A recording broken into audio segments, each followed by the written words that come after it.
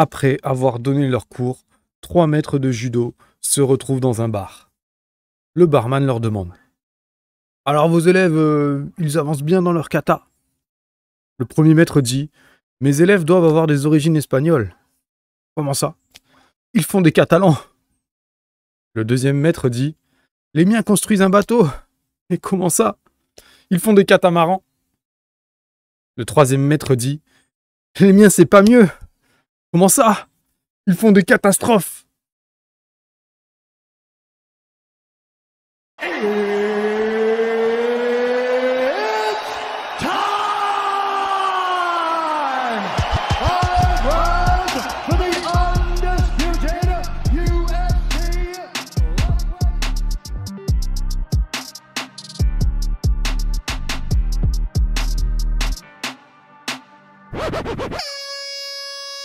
Et salut tout le monde, j'espère que vous allez bien. Soyez les bienvenus dans MMA Club. Ouais, aujourd'hui on se retrouve dans MMA Club pour parler de l'UFC 281.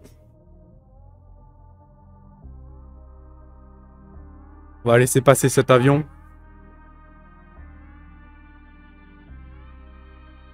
En attendant, est-ce que vous voyez un peu ce cadre idyllique aujourd'hui dans lequel je me trouve pour vous? Tout ça c'est pour vous, tout ça c'est de l'amour. C'est à travers la passion du MMA qu'on transmet des lieux idylliques dans nos vidéos YouTube. J'espère que ça vous fait autant rêver que moi. Voilà, c'est un plaisir. C'est bon, il est parti. On va parler de Dustin Poirier, le numéro 2 contre Michael Chandler, le numéro 5. Dustin Poirier qui a 28 victoires et seulement 7 défaites. Michael Chandler, il est à 23 victoires et 7 défaites également. Poirier est légèrement favori avec 175. Ça veut dire que si vous mettez 100 $, vous allez en retrouver 175. Alors que Michael Chandler, il faut mettre 150 $ pour pouvoir en récupérer 100. C'est pas énorme. C'est très serré. Pourquoi j'ai choisi ce combat? Pour assaisonner cette sauce UFC 281 dont ce sera l'unique podcast. Parce que j'ai pas le temps. Parce que j'ai pas le temps d'en faire d'autres en ce moment. Parce que Esparza contre Weili Zhang, c'est bien. Mais Poirier Chandler, c'est mieux.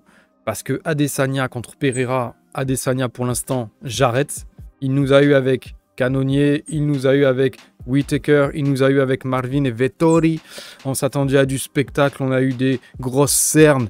Voilà, moi j'arrête avec Adesanya pour l'instant. Alors j'exagère, je fais exprès d'exagérer. Je sais que Easy et Poatan, ça va être une tuerie. Mais je peux pas tout faire en ce moment. Je pars demain en vacances en plus, donc voilà. Est-ce que vous savez ce que ça veut dire Poatan? Poatan, le surnom d'Alex Pereira, ça veut dire le point de pierre. Voilà, en indigène. Sûrement un indigène brésilien. Je ne vais pas aller vérifier jusqu'à ce niveau-là d'expertise. Veuillez m'excuser. Voilà, moi je sais que ça va être une tuerie, mais voilà, non, je peux pas. Là, j'ai pas le temps de faire tous les combats et tout comme d'hab. Là, on a un action fight. 2 mecs généreux dans une catégorie reine. Alors j'y vais à fond. Dustin Poirier, Michael Chandler. Let's go! Je vais vous présenter les combattants. Les 2 combattants, ils ont réussi et les 2 combattants ont échoué quasiment, je dis bien, dans les mêmes circonstances. Si ce n'est que Chandler n'a pas affronté Khabib. Il sort d'un affrontement difficile contre Tony Ferguson. Il a sûrement placé le KO de l'année. Avant ça, Ferguson venait de faire un très bon premier round. Difficile de situer Chandler qui fait des combats highlights, c'est-à-dire qu'il y a que de l'action, mais ça ne lui garantit pas forcément une victoire. Donc pour l'instant, cet argument, ça lui garantit une position dans le top 5, mais aussi parce que ça tourne en rond, parce qu'ils s'affrontent entre eux. À un moment donné, quand les Fiziev, les Gamrot, les Tsaroukian ou les Dariush vont taper à la porte, cette génération proche de la sortie, elle sera rapidement à l'image de Tony Ferguson. C'est-à-dire qu'elle est volontaire, mais elle sera dépassée. C'est comme ça. Ferguson, aujourd'hui, il est classé 14. Il y a encore 1 an et demi, 2 ans, c'était inimaginable. Donc voilà où moi je situe Chandler en cas de défaite. Poirier peut soit basculer dans la même catégorie de combattants, soit assurer sa place dans le top 2 pour au moins encore 1 an, on va dire. Parce que déjà, il combat, pour l'instant, cette année, il n'a pas encore combattu, donc ça ferait 1 combat par an. Et puis même s'il combat tous les 6 mois, on ne quitte pas le ranking comme ça en 1 combat, quoi. Donc selon la manière en cas de victoire, moi je serais pas surpris qu'il call out Charles Oliveira pour une revanche. Cette revanche serait décomplexée, cette revanche serait sans enjeu direct. Ça serait un Poirier très différent parce qu'on a vu que quand il combat pour la ceinture, il n'a vraiment pas du tout le même caractère. Il n'a pas du tout la même aura, il n'a pas la même dynamique. Voilà. Donc sur le papier, on a un avantage à Poirier. autrefois considéré comme un combattant intermédiaire. Il est aujourd'hui une superstar des lightweights, capable de finaliser quasiment n'importe qui parce qu'il abandonne jamais. Voilà, ses deux principaux défauts, c'est le mental dans les combats pour la ceinture, il est méconnaissable. Et évidemment, on parle de sa lutte qui n'est pas au même niveau que Chandler, justement. Mais ça, on va y revenir. Je rappelle d'ailleurs pas plus tard que hier, on parlait tous de Chandler et Dariush pour aller chercher Islam. Donc voilà, on ne sait jamais. Poirier pourrait très bien tomber dans le piège. Lui qui n'est pas à l'aise dans ce secteur du combat, ou du moins, c'est pas son domaine de prédilection. On va voir. Ce qui se passe, c'est qu'on le situe généralement plus en retrait, plus faible dans ce secteur, mais il défend très bien les amener au sol. Et du moins quand c'est pas le champion ou le top 3, quand c'est pas Khabib, celui de toute la division qui est passé pas loin de soumettre Khabib, c'est lui. Donc attention à pas trop sous-estimer sa ceinture noire de JJB, il pratique quand même depuis 12 ans. Donc moi je pense que l'argument au sol, JJB de Poirier contre Chandler, attention de ne pas trop le sous-estimer. Debout, Poirier ne tape certainement pas aussi fort que Chandler, mais il boxe peut-être un peu plus intelligemment. On sait que Chandler, il aime échanger debout, mais on sait aussi qu'il aime changer de niveau si ça ne tourne pas à son avantage. Par exemple, contre Ferguson, il a eu la capacité à changer de niveau avec succès à des moments où il subissait le combat debout. C'est pas donné à tout le monde. La plupart des combattants, ils essayent de basculer la tête dans les jambes, en mode takedown, pour ne plus prendre de coups, pour gagner du temps, pour tenter une amenée au sol un petit peu déséquilibrée, pour justement rééquilibrer le débat et potentiellement amener le combat dans un domaine où ils sont plus à l'aise, voire casser la dynamique adverse. Mais là, lui, il le fait avec succès dans des moments où il est en galère. Donc, c'est encore un peu différent. Il a vraiment ce skills, c'est un des seuls à l'avoir. Il est vraiment très très bon là-dessus. Il le fait très bien. Donc, est-ce qu'il a souvent lutté, pour chercher des avancées techniques, pour avancer dans des positions? Oui, évidemment, mais peut-être pas tant que ça semble si évident. Pas tant que ça, ma phrase elle n'était pas très française, pardon. Pas tant que ça. Il a souvent lutté pour briser une situation qui était mal embarquée, c'est-à-dire souvent en fin de round, après un peu de brawl.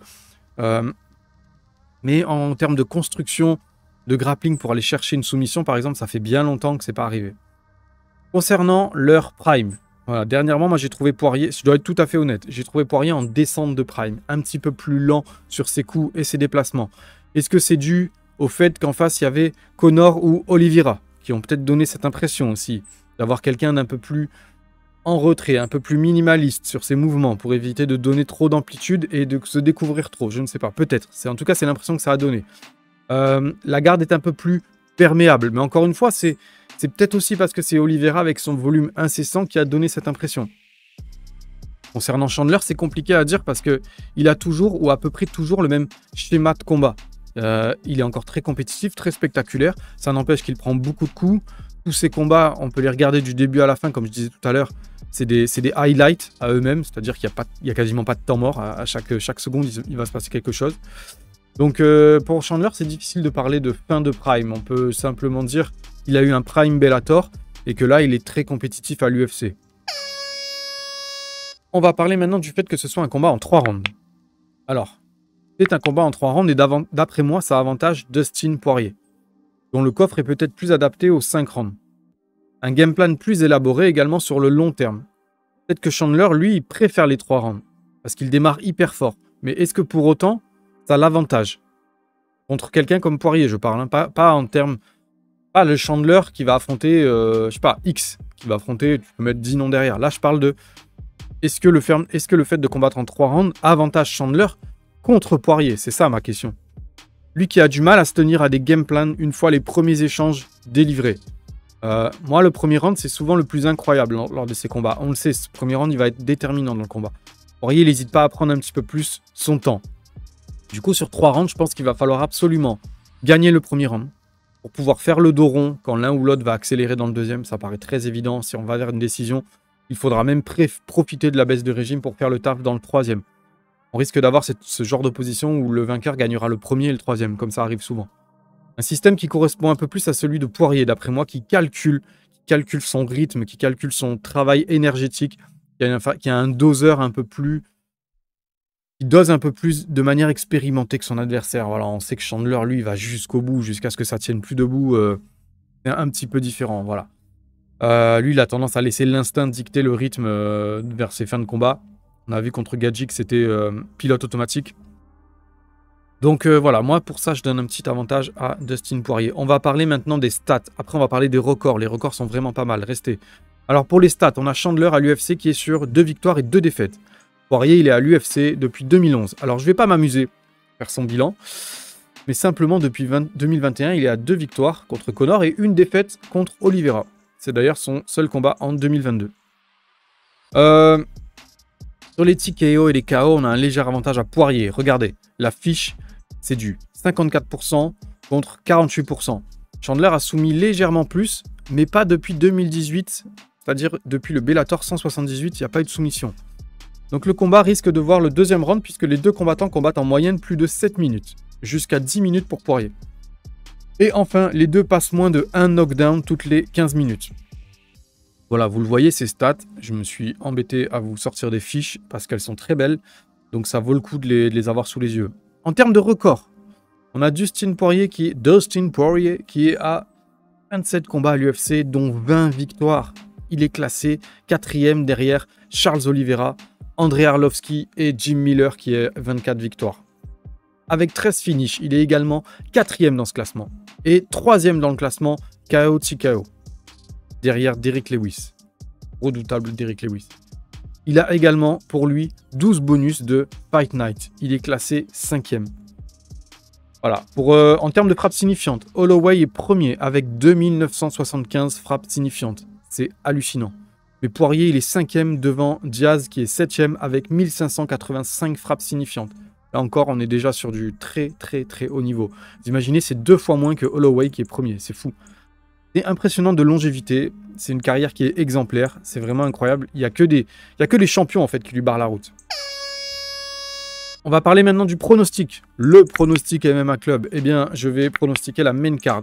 Donc, concernant la main card, je suis sur quelque chose de très hasardeux. J'ai vraiment pas creusé, on va dire. On a Dan Hooker contre Claudio Puelles. Alors moi, je vois Dan Hooker gagner à la décision. Pourquoi ? Parce que Puelles, c'est quelqu'un effectivement de très bon, très dynamique, capable de saisir de très belles opportunités en JJB. Le problème, c'est que Puelles n'a pas eu le niveau d'adversité qu'a eu Dan Hooker. Dan Hooker a affronté absolument tous les cadors de la division. Il les a perdus ses combats, mais c'est quelqu'un qui a un grand cœur, c'est quelqu'un qui est encore motivé. Je pense que quelqu'un du niveau du Puelles, c'est quelqu'un qu'il lui faut, et je pense que ça va passer à la décision. Je vois Dan Hooker au striking, avec la gestion de la distance qu'on lui connaît, à la décision. Voilà. Ensuite, on a Frankie Edgar contre Chris Gutiérrez. C'est le combat qui m'a donné le plus de difficultés à pronostiquer. Pourquoi ? Parce que Frankie Edgar, ça reste Frankie Edgar. On n'a pas envie, on a du mal à l'imaginer se prendre des KO. Pourtant, c'est ce qu'il fait depuis 3 combats. Donc, c'est compliqué. Néanmoins, je vois Chris Gutiérrez gagner par décision au vu global comme ça, de ce que j'ai vu, des highlights, des meilleurs coups, des Sherdog aussi actuels, de la dynamique. Je vois plus Frankie Edgar gagner un combat à l'UFC. Je pense que c'est devenu compliqué pour lui à tous les niveaux. Je pense que la main card pour lui, c'est une manière de le respecter, mais que malheureusement, sportivement parlant, si on est tous tout à fait honnêtes avec nous-mêmes, en tout cas moi, ce qui me concerne, je pense qu'il aurait dû fermer les prélims et laisser un combat libre de main card. Voilà, c'est pas moi qui fais les matchmaking, hein, on m'a pas demandé mon avis.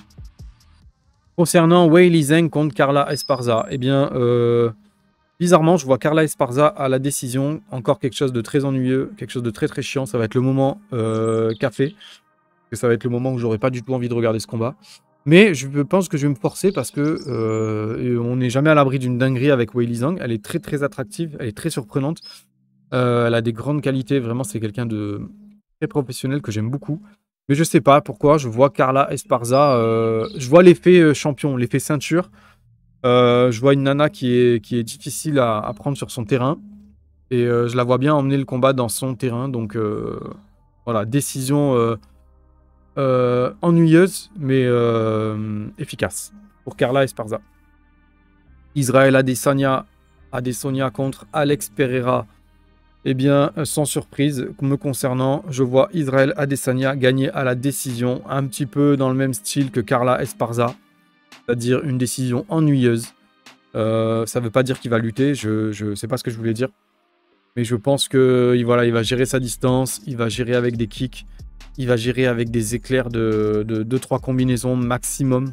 Quand je dis maximum, c'est 3 coups, c'est maximum. Je le vois bien faire des Des combinaisons de 2 coups maximum, des retraits de buste. On recule de 3 pas et on recommence. Il a ce don-là que très peu de gens peuvent analyser. Ses déplacements, son striking. Il est franchement, Adesanya, il y a une espèce d'ambivalence dans ce que je pense de lui. C'est-à-dire que, oui, je m'ennuie. Enfin, je m'ennuie. Tout est relatif, mais oui, c'est pas spectaculaire. Mais en même temps, le mec, c'est le GOAT, quoi. C'est le GOAT de sa catégorie. Parce qu'il a comme Georges Saint-Pierre, alors différemment, mais il a le même. Je lui colle la même image. C'est-à-dire, le mec est écrasant, le mec est ultra dominant. Je vois personne qui peut l'éclater. Mais sur la fin, les derniers combats, enfin, je sais pas, on peut parler français et dire que c'était. On va pas dire que c'était chiant, mais c'était un peu long. C'était pas toujours efficient dans les échanges. C'était très sécurisé. C'était des victoires très sécurisées. Donc, quand on est habitué, petit à petit, quand on s'habitue à des cartes très, très, très haut niveau avec des gros bangers, ben, on commence à faire la fine bouche, quoi. Donc, ouais, j'aime bien son style. Mais j'aime bien son style quand il est challenger.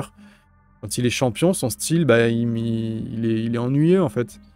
Parce que du coup, il n'a pas besoin d'attaquer. Il n'a pas besoin d'attaquer. Et du coup, ouais, on peut être surpris sur un contre.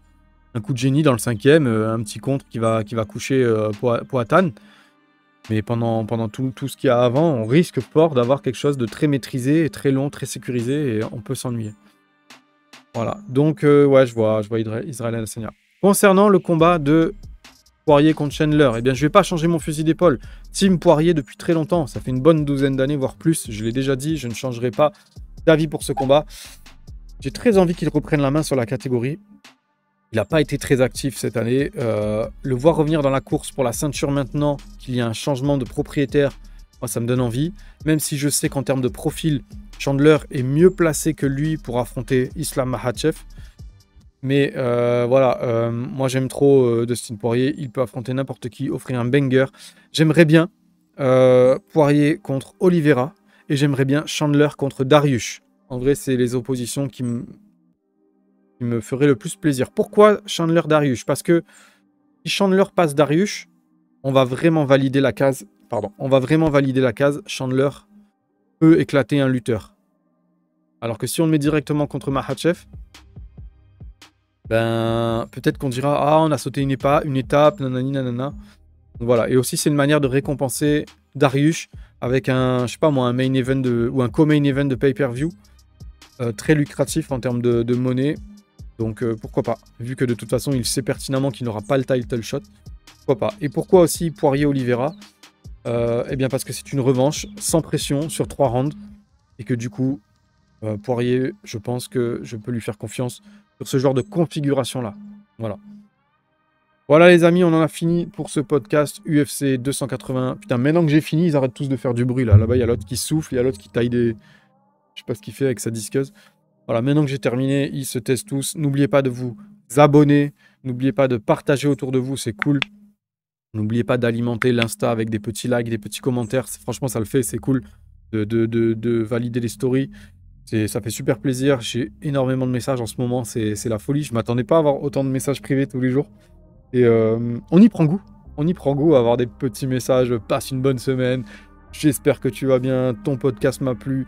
Ton podcast, il y a ça à redire, je suis pas d'accord avec toi, ah je suis d'accord avec toi. Franchement, les interactions, ça fait trop plaisir.